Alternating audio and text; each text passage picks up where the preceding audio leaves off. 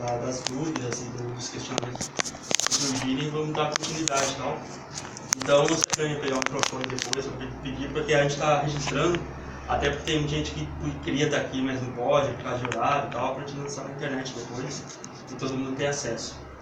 Então, vou passar agora para o Rodrigo aí, vai dar um geral.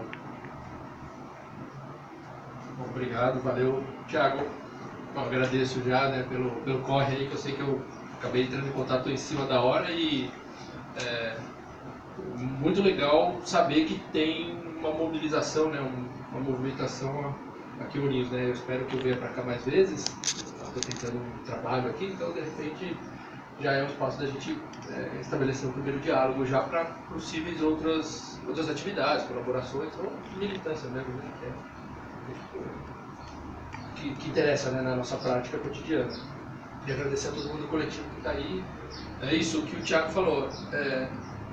Eu vou tentar fazer uma primeira aproximação do que é o anarquismo e alguns princípios da educação libertária. Mas quem quiser interromper, fazer alguma pergunta, ou caminhar para outro lado também é tranquilo, né? Porque afinal acho que ele deve fazer um bate-papo e não uma palestra. Só que aí eu já vou pedir também a colaboração de vocês em me cortar. Porque quando eu começo a falar disso, eu posso ficar tipo Fidel Castro, assim, 14 horas falando sobre a educação libertária, que é o que eu curto. Então, eu vou embora à noite. Então vocês também tentem controlar um pouco, falar, tá bom já, né, muda, fala outra coisa, pergunta alguma coisa para tirar, né?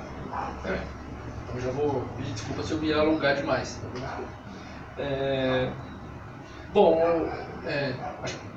A gente poderia, acho que vai ficar claro exatamente o que é o anarquismo, ou uma experiência prática anarquista, quando a gente olhar as experiências, posso citar um pouco sobre as experiências de educação anarquista. Porque o anarquismo é uma prática política que se realiza no cotidiano, no fazer, na prática, e não é só uma filosofia, né? Então eu vou traçar alguns princípios que orientam as ideias e as práticas anarquistas, mas quando a gente olhar as experiências que a gente vai saber, de fato, sentir o que concretamente é o anarquismo, né? Como que ele se realiza no nosso cotidiano. É claro que tem gente que pode falar que, sei lá, Jesus Cristo era um anarquista, ou na Grécia Antiga tinha algum anarquista, o Espartacus, que foi um escravo, se libertou, era um anarquista. Mas não, né? Assim, o anarquismo, como tudo, ter um marco histórico, uma localização histórica de seu surgimento, né? Tem o contexto em que ele surge. Claro que teve lutas por libertação de várias ordens ao longo da história da humanidade.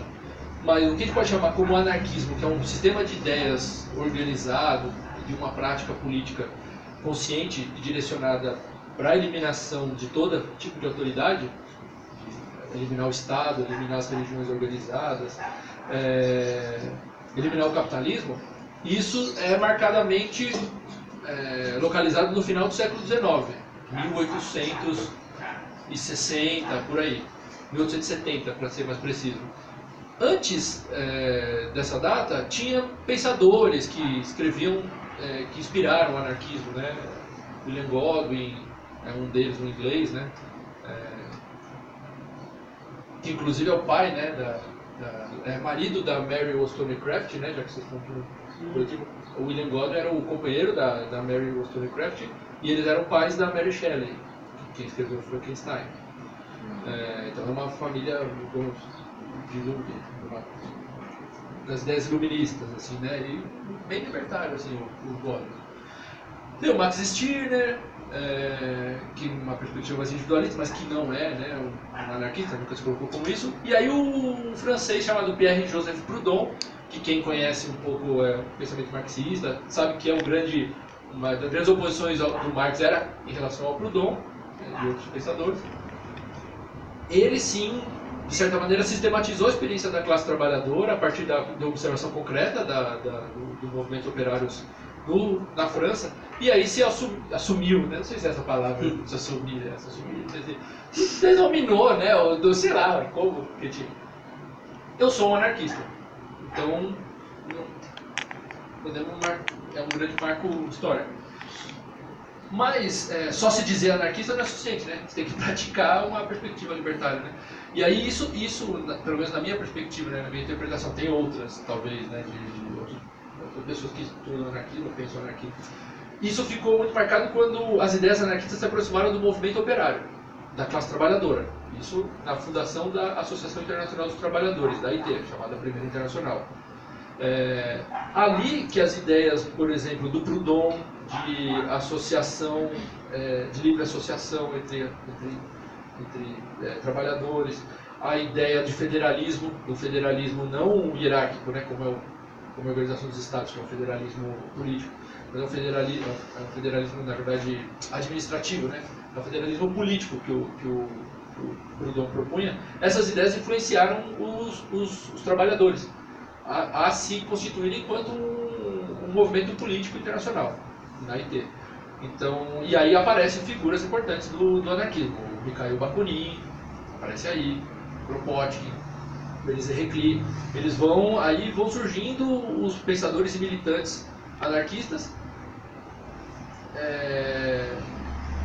tanto intelectuais, podemos chamar assim, que escreveram e registraram suas ideias, como operários, muitas vezes analfabetos, trabalhadores manuais, que nos congressos debatiam e disputavam as visões de organização da classe trabalhadora, rumo à revolução, rumo à transformação, à eliminação do capitalismo e tal. Então, historicamente, a gente pode falar, na minha perspectiva, que o anarquismo surge aí, em 1970, 72, né, assim, onde teve um rompimento, quando foi da expulsão do Bakunin e dos libertários, dos anarquistas, da Internacional pela corrente majoritária do Marx. Então é que se constitui.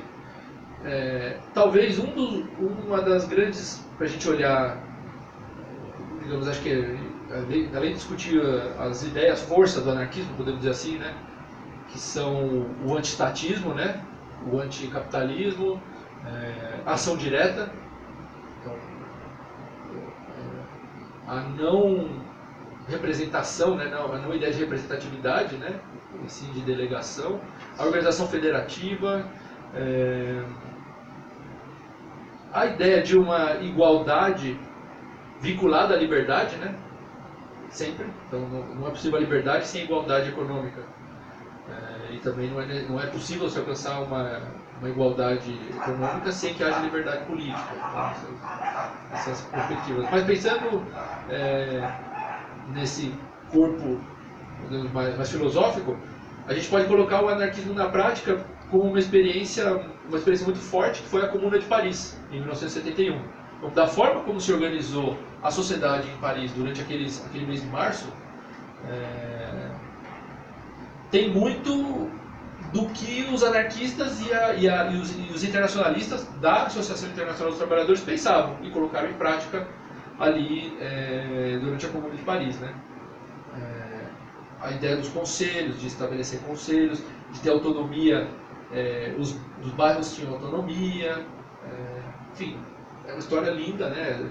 Quem já ouviu falar sabe, a ideia de uma revolução, né?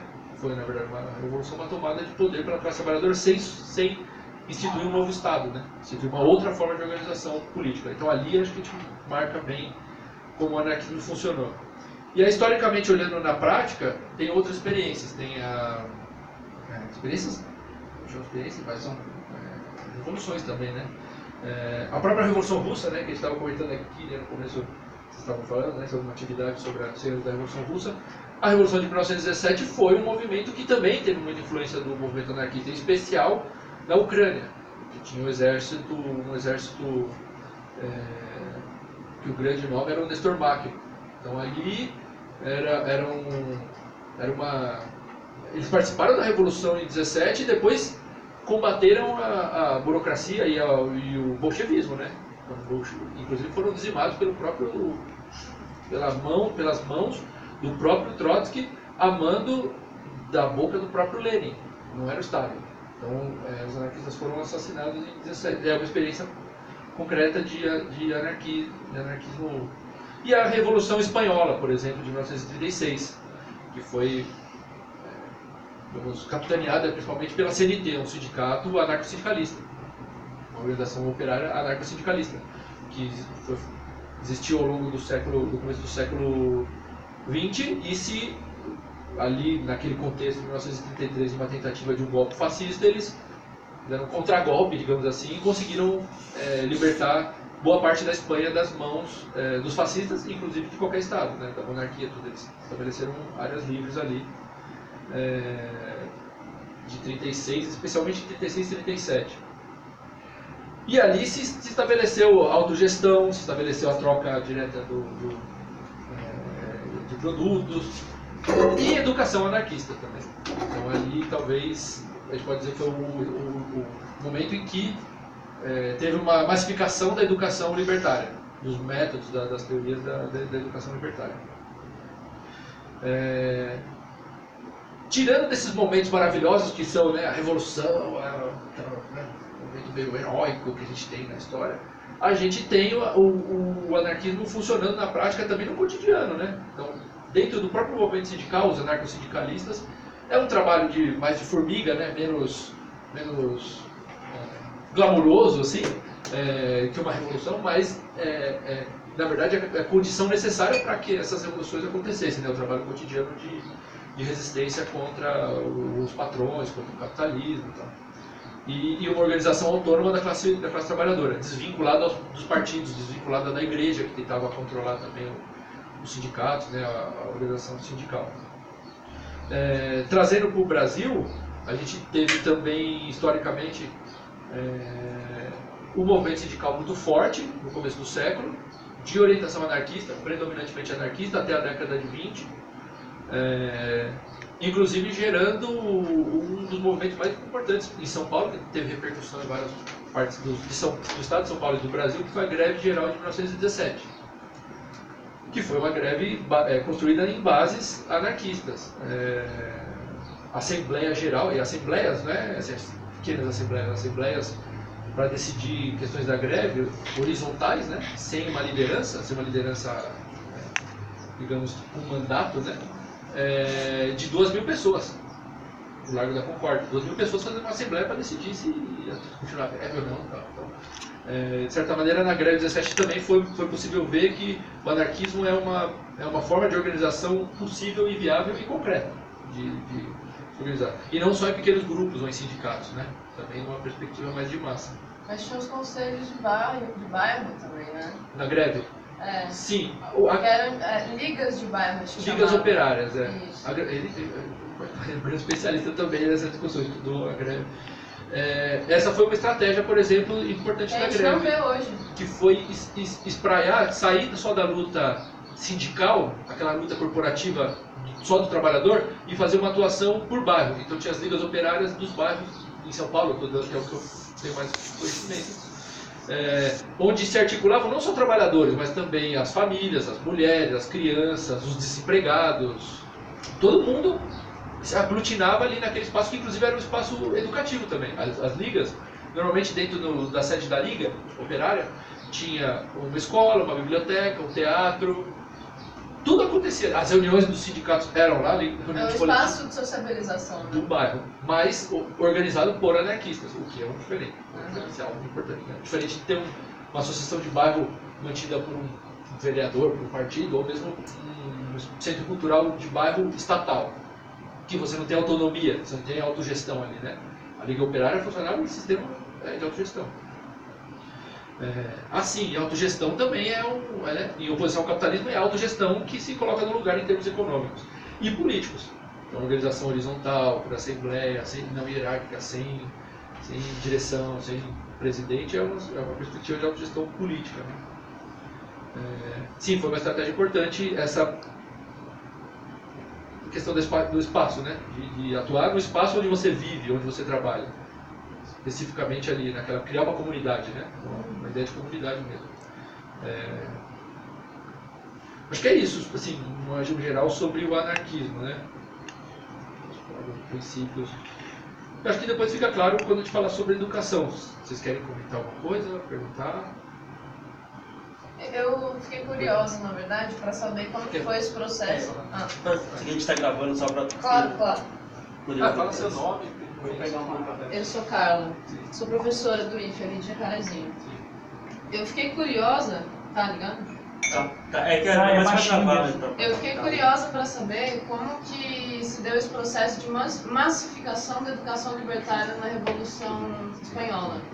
E também saber quais foram os autores que inspiraram esse processo de massificação, porque alguém pensou isso. Da onde que veio? Se esses autores eles são da Espanha mesmo, ou são ideias de outro lugar? É mais uma indicação que eu quero. Sim. Beleza. Vamos lá para a Revolução Espanhola, e aí acho que é legal esse observamento, porque dá para a gente voltar e olhar a Revolução Espanhola como o ápice de um movimento que surgiu muitos anos antes, né? Inclusive na própria AIT, na Associação dos Trabalhadores. Na Revolução Espanhola, o que aconteceu foi que houve a tentativa de, na verdade, tinha visões políticas e educativas em disputa. Então, o Partido Comunista queria instalar o método Freinet, né, do Celestin Freinet, que era um pedagogo, educador, um pensador, né, da educação francês do Partido Comunista francês. Depois foi expulso tudo, mas era a linha que eles estavam tentando implantar.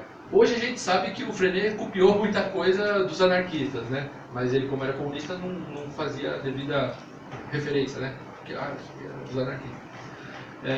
E o outro modelo era do Ferrer, do Francisco Ferrer e Guardia, que foi quem o próprio Freinet copiou. Inclusive o nome da escola do Freinet, né, era Escola Moderna, e a escola do Ferrer chamava também Escola Moderna. Só que o Freinet é da década de 30 e o Ferrer é de 1901. Então, assim, dá pra saber quem copiou quem, né? Assim, por uma questão de cronológica, isso aí. Não tem muitas grandes explicações. Como era o nome da escola? Escola Moderna. Escola Moderna. Eu vou até circular aqui, ó. Eu trouxe os materiais aqui pra vocês darem uma olhada. Esse aqui é o livro do Francisco Ferrer. Pra você ficar anotando aí, quem quiser anotar, eu vou circular o livro. Escola Moderna do Francisco Ferrer. Então, digamos, a Revolução Espanhola foi o ápice de uma mobilização anterior de pelo menos 36 para 70, 50 anos, em média, de organização e de mobilização da classe trabalhadora para constituir uma cultura operária, uma educação libertária específica, falando especificamente na Espanha, né? Então ali, quando houve a Revolução Espanhola, houve a proposta de escola Freinet ou escola Ferrer. Como a Espanha estava dividida em diferentes, né, correntes ali, houve os dois modelos, escola Ferrer e escola Freinet. Teve uma certa contradição, porque já existiam escolas anarquistas anteriores à Revolução Espanhola, que elas se juntavam numa federação, como é a organização anarquista. Era a Federação Regional das Escolas Nacionalistas da Catalunha. Já existia desde a década de 10. Então, já tinha um corpo de escolas. Quando acontece a Revolução Espanhola, de certa maneira, eles constituem um governo provisório, né? E esse talvez é uma grande crítica aos anarquistas também, né? Se constituiu um governo. A Federica Montseny foi ser ministra, que era anarquista, foi ser ministra da Saúde. O Puig Elias, Juan Puig Elias, que inclusive depois morreu aqui em Porto Alegre, ele fugiu da Espanha no Brasil e viveu em Porto Alegre, foi ministro da Educação da Catalunha. Secretário da Educação, né, digamos assim, da Catalunha. E aí ele tentou implementar meio, a crítica é essa, de cima para baixo, um modelo anarquista de escola. E aí ele sofreu oposição, inclusive dos anarquistas, dessa federação das escolas. Eles falaram, pô, a gente já tinha escola aqui, já tem uma federação, já tem uma experiência de escolas anarquistas de 20 anos. Você vai querer implantar um modelo de cima para baixo? Então aconteceu a massificação da educação anarquista, não sem conflito, por conta disso, até por uma certa contradição de anarquistas participarem de um certo governo, né? Na verdade era um comitê antifascista, na verdade, chamava, que era uma composição de forças, com marxistas, com anarquistas, inclusive alguns democratas mais radicais tal, participaram desse governo. Então, a questão da Revolução Espanhola é meio complexa. Mas para chegar a isso de que o Ferrer é um grande modelo e que ele pode ser, inclusive, uma proposta de implementação nacional, né, ou regional ali, a gente tem que voltar na história há 50 anos. Em 1870, justamente quando tem esse rompimento na Associação Internacional dos Trabalhadores, e nos congressos anteriores, a classe trabalhadora já discutia educação. Então, imagina, era um congressos operários internacionais, tinha gente internacional, assim, europeu, basicamente. Então, a gente tem que marcadamente isso. Eram países trabalhadores da Europa, né? Poucos, acho que chegou aí, talvez alguém da Argentina, em algum congresso, mas não tinha participação muito. Alguns dos Estados Unidos, assim, a América não participava tanto. Então, desde o primeiro congresso, eles discutiam economia, como acabar com o capitalismo, como seria a organização do trabalho infantil, tudo. E educação. Era um ponto dos congressos de educação. Então, nessa discussão, nesses pontos sobre educação, é onde vai surgir o que seria as orientações e os princípios de uma educação libertária, que são baseadas primeiro, uma identificação da classe trabalhadora de que a educação dada pelo Estado é uma educação burguesa. É uma educação nacionalista, uma educação religiosa para disciplina, para doutrinação e para manutenção do sistema capitalista. Só na sua existência, na sua forma de organização, na sua existência, ela já é isso. Porque no período e no Brasil até recentemente, a educação nem era universal, nem todos tinham direito, acesso à educação. Nem direito, mas acesso. Na França, quando ocorre em 1880, na década de 80, uma certa universalização, a escola vira laica e tal, se constitui um sistema em Y. Ou seja, um tipo de educação para a elite, que iam ter uma educação de qualidade pública, inclusive, e que ia acessar o nível superior, a universidade, iam ser os advogados, médicos, ministros, deputados, e uma outra, né? Então na base começava aqui, na educação infantil, para depois dividir, que era para o trabalhador, que era a educação manual, para o trabalho técnico, que seria o que hoje a gente chamaria ensino técnico. Você é do IFE, né? Você dá aula do IFE, então o ensino técnico puramente. E aí o cara para aqui, né? O trabalhador que tem formação técnica, ele vai trabalhar, não vai fazer universidade. Então, a crítica dos operários era essa, que além de a gente não ter acesso à educação, quando a gente tem acesso, a educação é uma para o burguês e outra para a gente. Então a gente quer ter direito à ciência, ao conhecimento, que é do burguês também. Como é que a gente faz isso? Fazendo nossas próprias escolas. Então a orientação da ITE era, vamos fundar nossas próprias escolas. E aí a classe trabalhadora, vou passar outros livros aqui, vou falar de cada vez. Essa aqui, por exemplo, é uma escola que aconteceu na França em 1904, a Colmeia, que é inspirada, o resultado dessa discussão, né? Então, como é que a classe trabalhadora vai fundar a sua própria educação? Primeiro, eles não tem como criar um sistema educativo, né? Que requer dinheiro, recurso e tal. Eles vão usar os sindicatos. Então, nos sindicatos, as bibliotecas que tinham nos sindicatos eram espaços formativos. Eles fundavam escolas operárias dentro do sindicato e davam cursos de alfabetização, muitas vezes. E a alfabetização era feita com leitura dos jornais operários. Então, começou a criar uma forma, um jeito próprio, a gente chama uma educação própria, feita pela classe trabalhadora. Então, não é uma educação que o Estado faz para a classe trabalhadora, para alguém. É pela classe trabalhadora para ela mesma. Essa é a proposta e o princípio da educação anarquista, digamos, na sua origem de classe, né? na sua origem política. Então, para isso, eles propõem a educação integral. Qual a ideia da educação integral? Não existe mais ensino manual e ensino intelectual, separadamente. Eles têm que ocorrer juntos e ao mesmo tempo. E para todos, para o burguês e para o operário.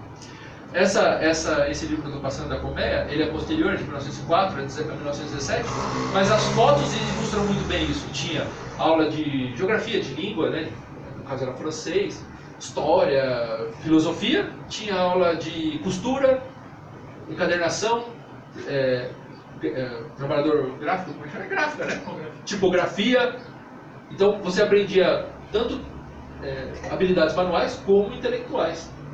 Música, teatro, tinha tudo isso. Então, a ideia de que também é reconhecer que nós humanos somos seres integrais. Não somos só braços ou só cérebros. ou que devemos ser condicionados pelo nosso papel social, pela nossa posição socioeconômica na organização social, né, na organização do trabalho. Que a gente somos seres integrais. De certa maneira, os socialistas como um todo têm um pouco essa inspiração da ideia de uma educação integral, de uma educação hoje chama multidimensional, né? Tem diferentes termos que se usam. Então isso surgiu na IT. Os anarquistas radicalizaram de certa maneira, porque, por um lado, correntes marxistas ou mesmo comunistas ou democratas mais liberais, radicais ou liberais, propunham que isso fosse uma atribuição do Estado. Exigiam que o Estado desse educação. Os anarquistas falaram, não quero educação do Estado. O Estado nunca vai dar a educação que eu quero. Porque o Estado nunca vai dar uma educação que vai me libertar. E aí, seguindo a máxima da classe operária, que é a emancipação da classe trabalhadora será obra da própria classe trabalhadora, podemos fazer uma analogia com a educação. A emancipação na escola, na educação, na formação da classe trabalhadora, só pode ser obra da própria classe trabalhadora. Não pode ser de intelectuais, de pedagogos, de gestores públicos, nada disso. Então eles colocaram na prática. E foi talvez a grande corrente, né, a única corrente que fundou escolas. Milhares de escolas, não é 2, 10, 20, milhares de escolas no planeta Terra inteiro. Então são experiências muitas vezes pequenas, pontuais, poucos alunos que duram poucos anos.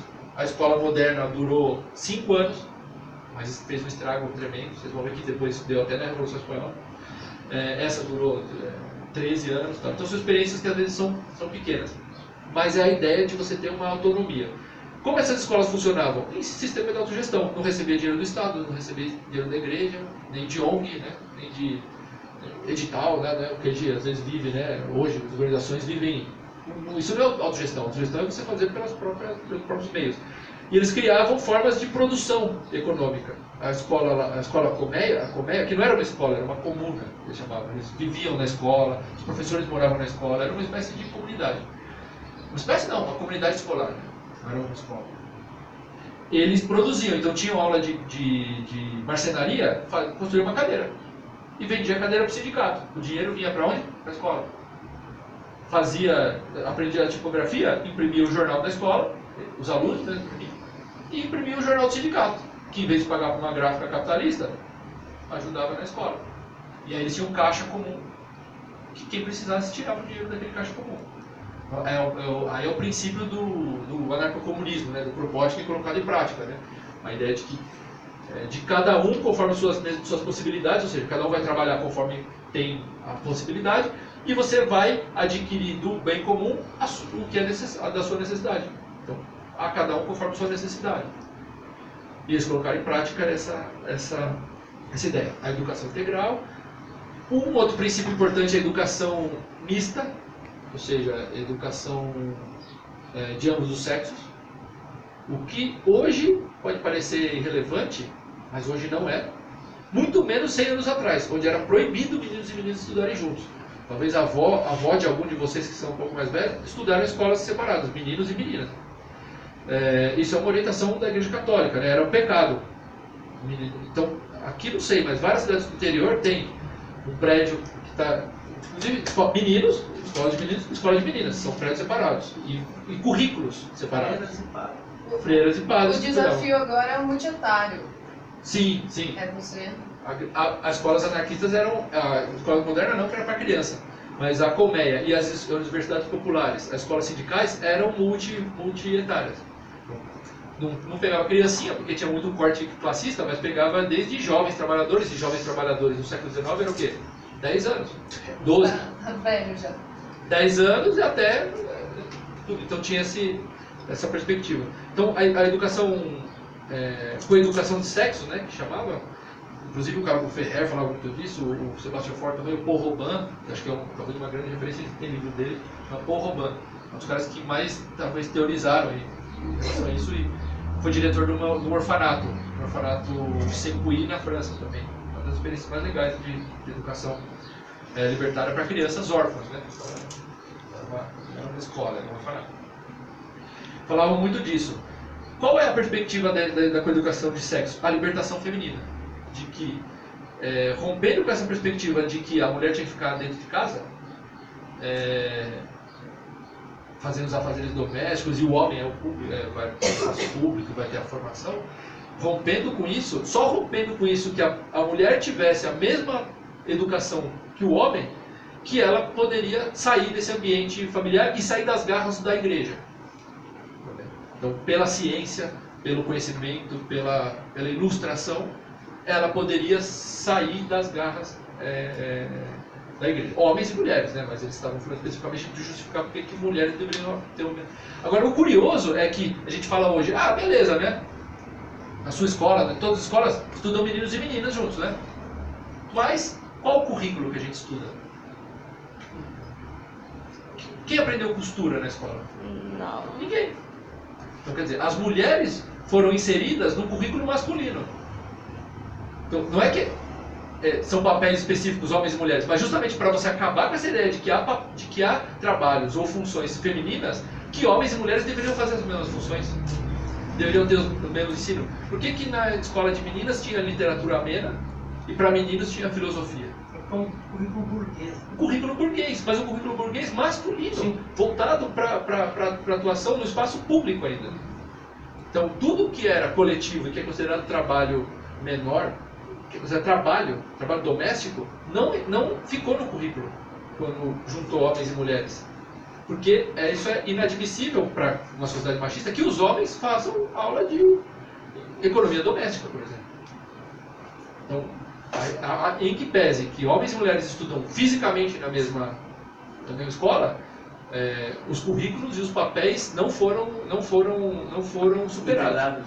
Isso. Então, o machismo não deixou de existir, a mulher continua sendo, mesmo estudando, pode fazer direito, o que quiser, né? Ela continua tendo um papel ainda secundário, porque é associada ainda a esse trabalho doméstico e muito vinculado ao ambiente privado.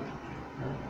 Então, isso é uma coisa ainda difícil, até de debater isso, porque é meio óbvio, né? As mulheres ganharam espaço na sociedade, sim, mas isso só é possível você tirar e romper com a ideia de uma divisão sexual do trabalho quando há divisão concreta de todos os trabalhos entre homens e mulheres. Seria a ideia, mais ou menos, não quero nem interromper, mas é mais ou menos a ideia de masculinizar, né, a mulher nesse caso. Seria isso. Não diria masculinizar a mulher, mas masculinizar o currículo. E o currículo não é neutro. Nenhum currículo é neutro. O currículo tem uma intencionalidade, todo currículo tem. Você faz um projeto pedagógico, lá o que você quer fazer, o que você quer ter lá na ponta. Então, você masculiniza, mas talvez tenha, acho que dá essa ideia, essa ênfase. E talvez o medo seja afeminar os homens. Então, o homem não pode ter aula de costura, de bordado, não pode bordar. Até hoje é ridículo, é um absurdo ver. Eu acho que é mais por esse viés, de não machista, afeminar, né? Homens. Isso, Porque masculinizar mulheres também é algo que a sociedade recrimina. Sim. Mas só para... me fez lembrar o caso... declarações como, por exemplo, a Dilma dava, né? Que ela tinha que se portar como tal no lugar que ela estava. Eu não estou defendendo ela, a gente está fazendo só a reflexão. Mas é parecido com isso, em tese é isso. De certa maneira, a mulher, para assumir um papel público, tem que se portar como um homem. Ela é muito macho, tem que patar lá. Meio complicado. Bom, enfim, mas isso também é uma reflexão meio... tentando trazer uma discussão do coletivo aqui, né, também, para não ficar uma reflexão solta, né.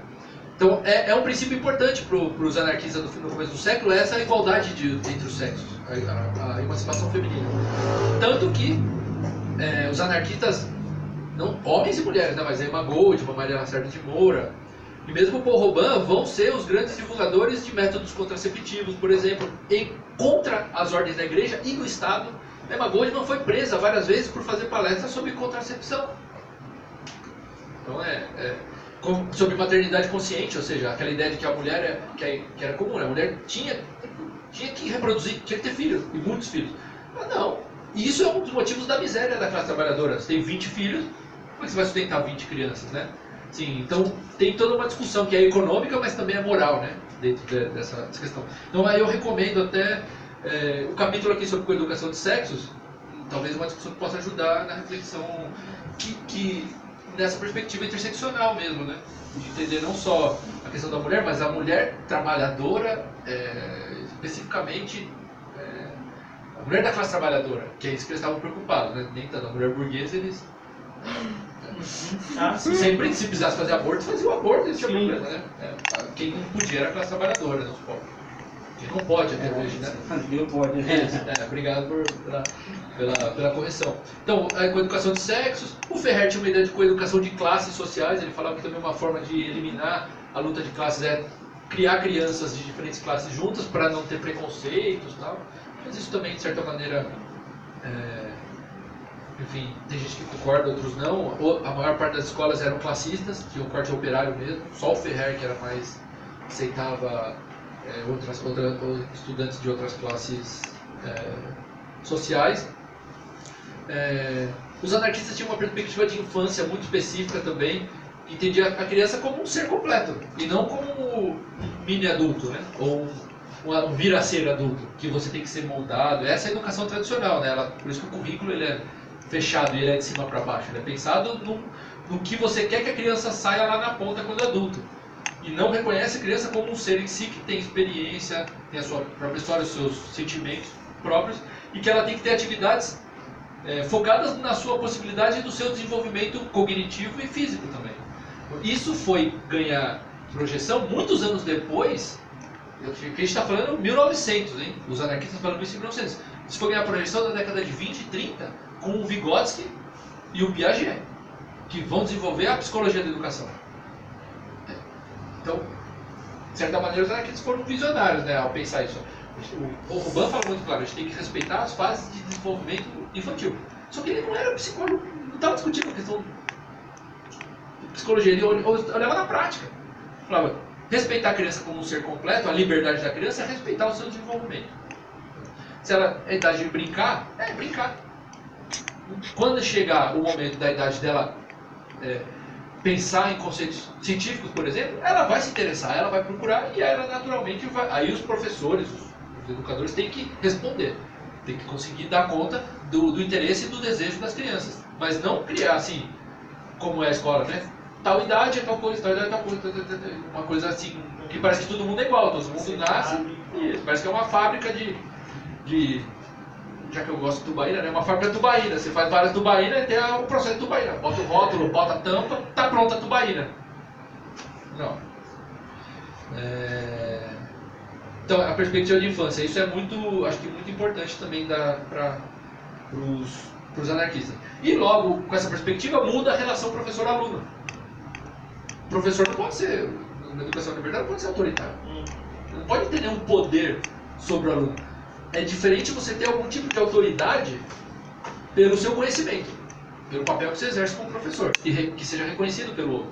Como, por exemplo, aqui, eu falei com o Thiago, posso fazer um debate, propus, está todo mundo aqui achando legal, então eu estou aqui num papel específico, que é tratar um tema com vocês. Mas isso não me dá o direito de ter nenhum direito sobre vocês, nenhum poder, nenhum conhecimento. Então, o Bakunin tem uma ideia muito legal sobre isso, né? Sobre a questão da autoridade e como o desenvolvimento da criança, né? Da autoridade à liberdade. Ele fala assim, se eu furo meu sapato, eu preciso de um sapateiro para consertar. Então quando você vai no sapateiro, você está reconhecendo a autoridade daquele profissional naquela ação, consertar seu sapato. Mas isso não faz com que ele possa me dar ordens, por ser sapateiro. Só ele conserta sapato? Tem. Agora, por que o advogado tem uma categoria diferente nesse sentido, se ele faz uma profissão específica? Por que o médico? Então ele vai contestando como que, às vezes, o papel, o local, a posição econômica que você ocupa na sociedade te dá poder automaticamente. Sendo que, na verdade, isso é uma construção social. Né? Construção social, não tem nada que não é natural isso. Então ele fala, esse tipo de autoridade eu respeito, o Bakunin fala, porque eu estou reconhecendo. Então quando você tem um professor, você vai querer aprender Esperanto. Você não sabe Esperanto. Então você vai reconhecer alguém que sabe Esperanto, que vai te ensinar. Então você está reconhecendo a autoridade daquela pessoa naquele assunto. Mas quando a discussão for física quântica, o professor de Esperanto não é nada, é igual a gente. É igual a qualquer um, que não sabe nada de física quântica. Isso. Então, E o que acontece no sistema educativo? O professor, além de ter autoridade de conhecimento, ele tem poder, tem autoridade de sanção, de cárcere privado, né? Bota os moleques dentro da escola, tem que ficar sentado, tem que... punição, a escola é possível dar punição para os alunos, então tem todo um processo que transforma o professor numa espécie de carrasco. O Kropotkin usava a ideia de que a escola é uma prisão, antes do Foucault, né? Estou falando 1880, 1902, sei lá, escreveu um texto falando que a escola é uma prisão e que o professor é o carcereiro. O Foucault escreveu isso muitos anos depois, acho que mais bem elaborado, então concordo. Isso por um lado. E outra questão legal que o Bakunin fala sobre a infância, aí acho que a gente já vai circular um pouco os livros sobre as experiências para vocês verem, a gente circular mais a conversa. Partindo dessa ideia da autoridade reconhecida, ele diz que o dia do nascimento da criança é o dia em que os pais ou os responsáveis exercem a maior autoridade sobre a criança. E autoridade no sentido em que, se eu tomo uma criança aqui, ela vai enfiar a mão ali naquele negócio. Ela vai sair rolando, né? A criança vai sair rolando, vai já dentro da tomada, vai pegar uma faca. Então, no sentido da autoridade da proteção dessa criança. Então você tem que estar atento. Você não pode fazer isso. Mas por que não pode? Por que não pode? Você vai deixar a criança se esfaquear para ver que esfaquear dói? Não. Então, né? Eu acho que tem gente até que talvez defenda isso, mas assim, eu não faço. O Bakunin também não era adepto disso. Você vai proteger a criança. Só que, na medida em que ela vai se desenvolvendo, você tem que ir se retirando desses espaços de autoridade e dando a possibilidade da autonomia dessa criança. Até que, quando chegar a idade adulta, e ele não diz exatamente a idade, porque não tem um ano, né? Tipo aqui, 18 anos. Não. Quando ela estiver plenamente desenvolvida, tiver uma profissão, pensar por si mesma, tiver suas próprias opiniões, é o momento da plena liberdade dessa criança. Então, quando ele fala em termos de autoridade, não é de poder, de mandar, mas é de proteção e de impedir que essa criança se estrupie até quando ela não tenha desenvolvimento físico suficiente para ser independente. Aí você para de intervir nesse aspecto. Aí você vai intervir no aspecto cognitivo. Então, vai responder às necessidades cognitivas da criança. Então, não sei se isso... Lembra um pouco a questão kantiana, né? Lembra um pouco Kant naquela questão da maioridade da razão. A minoridade da razão é a tutela e a maioridade da razão é a autonomia e a liberdade. Isso. Só que mais radical, assim, né? Sim. É mais radical, nesse sentido. Sim, é um pouco essa ideia. Não sei se fica claro. Então, de certa maneira, acho que esses são alguns dos princípios, né, da educação. Aí como isso se realiza, né? Eu vou passar aqui também os livros. Aqui tem o livro do Recli e do Kropotkin, que são dois geógrafos, que foram, além de geógrafos importantes, desenvolveram as principais ideias de educação que influenciaram a escola moderna, por exemplo. Que eles pensaram especificamente no ensino de geografia, mas romperam, por exemplo, com a ideia da sala de aula. O Ferrer, né, pediu para o Kropotkin, para o Recli: ô camarada, escreve um livro de geografia para mim, já que são grandes geógrafos, escreve um livro didático de geografia para mim. Aí o Recli falou: não existe livro didático para geografia. Não é possível ensinar geografia com livro. Como é que eu vou mostrar para a criança, pensando na ciência, né? A ciência contra as trevas, hoje voltou, né, a moda do terraplanismo. Terra plana. Como é que eu vou provar para a criança que a Terra é redonda e não é mais redonda? Como é que chama agora? Esférica. Não é esférica. A Terra. Geóide. Geóide, que era um geóide, botando no mapa plano. Chapando assim o planeta Terra num desenho, num papel, que é o plano. Como eu falo, isso aqui que você está vendo, na verdade é redondo. É um erro pedagógico monstruoso. E é assim que a gente aprende, né? Então, ele falou: como é que você ensina isso? Observando a natureza, observando o movimento da Terra, o movimento... O morcego vira pássaro. Observando. Você só aprende geografia do mundo. E aí você sai para a natureza, encontra, conhece o mundo, vê o rio, vê a montanha, vê a cidade, tudo. E aí, a partir da curiosidade infantil, o professor vai dando os conceitos científicos. Tem um filme, que também não vou alongar muito nesses exemplos, que chama A Língua das Mariposas. Um filme espanhol que chama A Língua das Mariposas. Recomendo fortemente, se vocês tiverem interesse em continuar, fazer eu vi que vocês fazem cineclube. Sim, sem debate, assim. Passa esse filme, que é maravilhoso. Além dele ser lindo, tá no contexto do começo da Revolução Espanhola, é um filme muito bonito, sensível mesmo, mostra um professor anarquista. Inclusive ele pega um livro do Kropotkin para dar para a criança, ele fala assim, não, menino, me dá um livro para ler. Ele tira o livro do Kropotkin.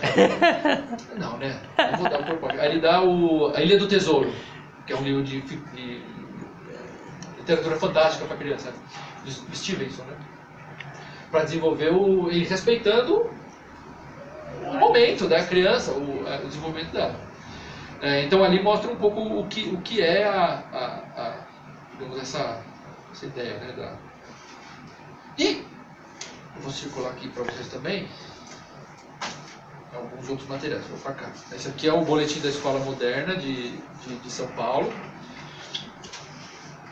E vai junto com dois documentos que são a forma como eles se mantinham. Como fala que era um regime de autogestão, eles faziam rifas, faziam festas, produziam coisas, mas também pediam contribuição da classe trabalhadora. Então isso são listas, o que hoje a gente chama de crowdfunding. Isso aí. É uma lista que cada um bota o nome e o dinheiro que vai dar para a escola. Isso, Tinha italiano e português, né? Que lá em São Paulo tinha uma comunidade italiana muito forte. Aqui também, né? Tinha bastante italiano. Mas nesse contexto é interessante porque foram eles que promoveram todas aquelas greves. Sim, sim. E aí calma que eu vou chegar lá na Revolução de 36. Estou falando tudo isso para mostrar que do final do século XIX, na Internacional, onde operários muitas vezes analfabetos discutiam educação e propunham essa educação integral, uma educação sem Estado, uma educação sem igreja, uma educação livre e calcada na questão operária, pensando na libertação feminina, tudo isso, e olhando as práticas das escolas colocadas em funcionamento, a escola moderna, a escola lá, a Colmeia, a Universidade Popular na França, trocentos sindicatos que tinham suas escolas operárias. A escola moderna do Ferrer foi o modelo que chegou no Brasil, então esse que está circulando é da escola moderna de São Paulo. O modelo Ferrer de escola foi o modelo que se internacionalizou. Teve no Japão, nos Estados Unidos, na Suécia, na Suíça, na Argentina, no Uruguai. E se eu for falando aqui, não acaba mais.